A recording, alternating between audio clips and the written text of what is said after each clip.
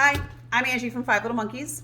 We are going to show you another example on today's Maker Day of something simple that you can do to zhuzh up your binding that will make your quilt look like you did something really cool.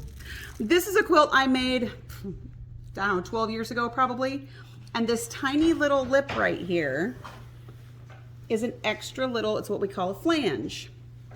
It's one extra little step to doing your binding. Also, if you don't like to hand bind your quilts, this is a technique that needs to be done by machine. This one, because I'm going to top stitch it right here, you also can hide your stitching in that little seam there. All right, so what I did was I used a white thread on the back that sinks into my quilting, and then I used a thread that matches on the top that sinks into my flange. All right, we're not going to show you all those details on this video because we're just going to give you the tips on how to make this simple. I found something silly in my stash that I had quilted already, because it doesn't actually matter. The craziest thing about the flange binding, and you can do this with multiple different sizes depending on how wide you want your binding to be and how much of a flange you want to see. I want my flange to almost look like piping.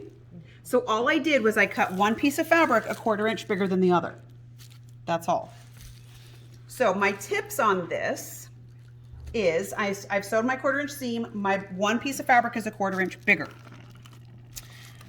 I'm gonna set my seam like I always do, and I'm only gonna do this with one width of fabric. Now, if you're gonna do your whole binding, you're gonna sew your binding pieces like you normally do. You're gonna do 2 separate binding pieces before you sew them to each other. Okay, they're gonna line up better that way. My first tip when you're making this stuff is set your seam.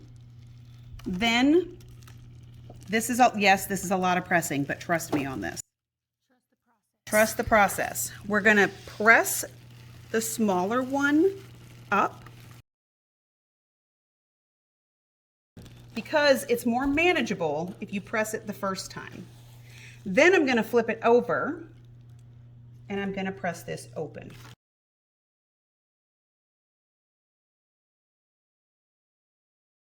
I'm gonna flip it back over. Then I'm gonna hit it with my flatter spray. Now I take my flatter spray and put it into my fine mist bottle, but what is in here is my flatter. Then I'm gonna press it again. And now that my flatter is in here. Is it flatter? It is flatter. Boom-psh. Okay, so now this whole piece is very, very flat. And the reason we did all of that was then to now go and fold it in half. Okay? And guess what? We're gonna press it again. So all I'm gonna do is line up my edges. And since I've already put the flatter on this, this step is gonna lay smoother as well. Okay? You can add a second layer of flatter to this step if you like. But what's gonna happen is you're gonna have this tiny little bit of fabric that shows up as that little pop of color.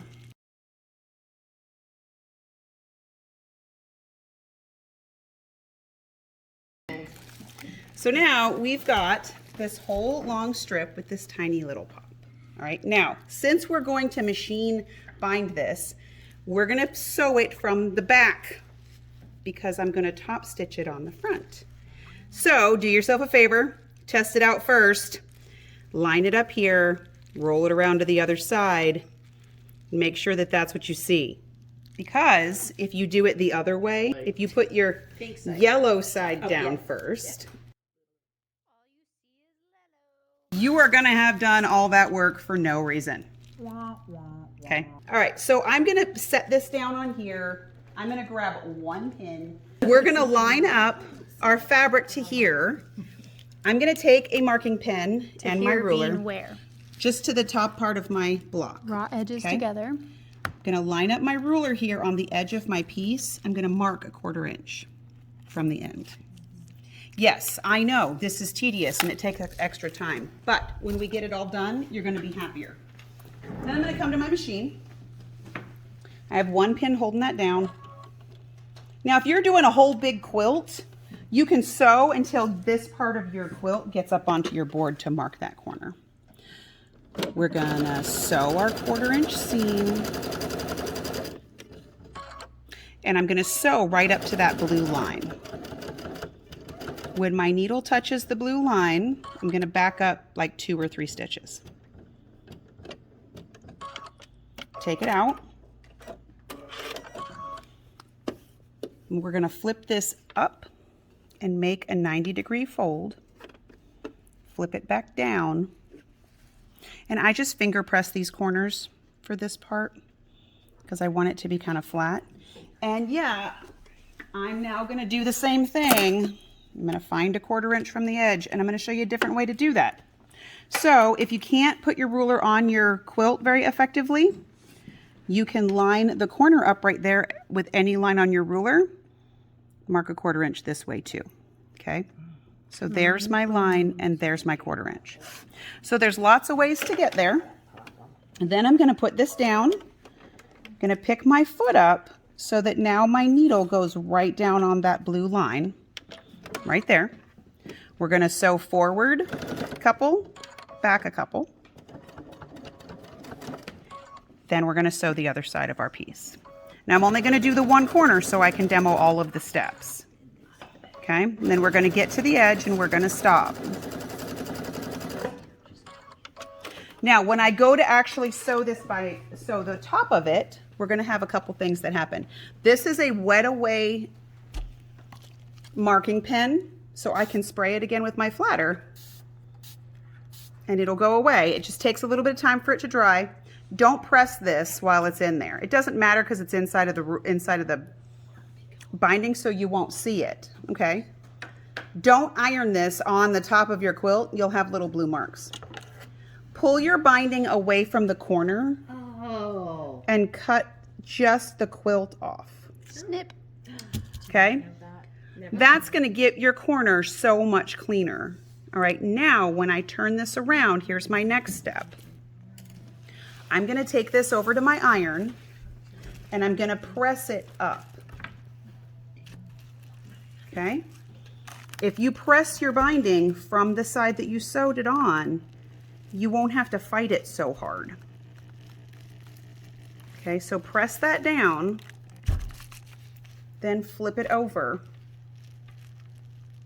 and put it down on the other side.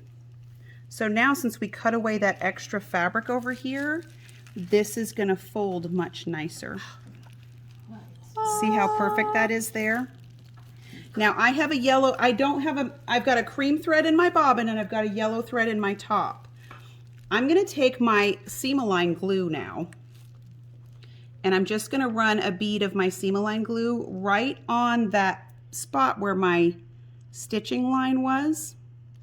Now my seam-align glue doesn't stick until I iron it. So if I pull my binding up and roll it over,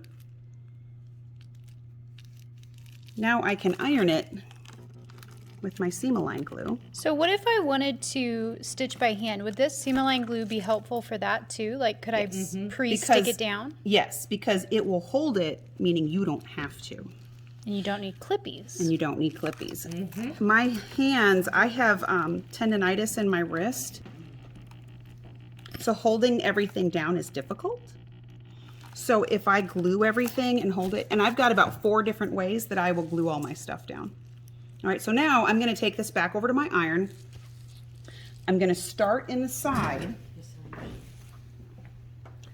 And I'm going to put this down, put my needle. So I'm going to put my needle in the center spot because this foot that I'm using has a dash line right there in the center. If I drop that down, I can drop my needle right on that yellow flange. Beautiful. All I'm going to do is sew just on the inside of that flange.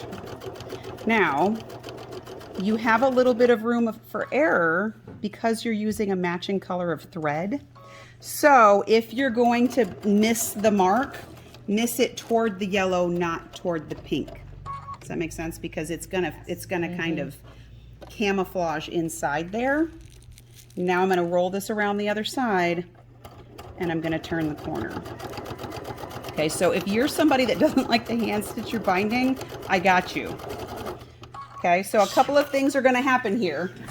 When I take this out, since I used a neutral thread on the back, it just looks like it's part of the quilting. And since I used a matching thread on the front, you don't see it. And look at how perfect my corner is. Okay? Beautiful. So, right? Like I'm a hand binder most of the time, but if I'm gonna do a baby quilt, or I'm gonna do a donation quilt, or I'm gonna do something that I know is gonna get washed a lot, or I just don't feel like it, this is the way that I like to do it, because you don't have to hit it perfectly. It's a little bit of a camouflage in there. All right, so what do you need to do this technique? I absolutely love this book. It's called There's More Than One Way to Bind a Quilt. There's 6 or 8 different techniques in here with pictures. So if you, after you see this video, if you want to go and have a reference, it is right here on this page, right there. There are like 8 other ways in here too. Hey, don't you have a class about how to bind quilts? I do.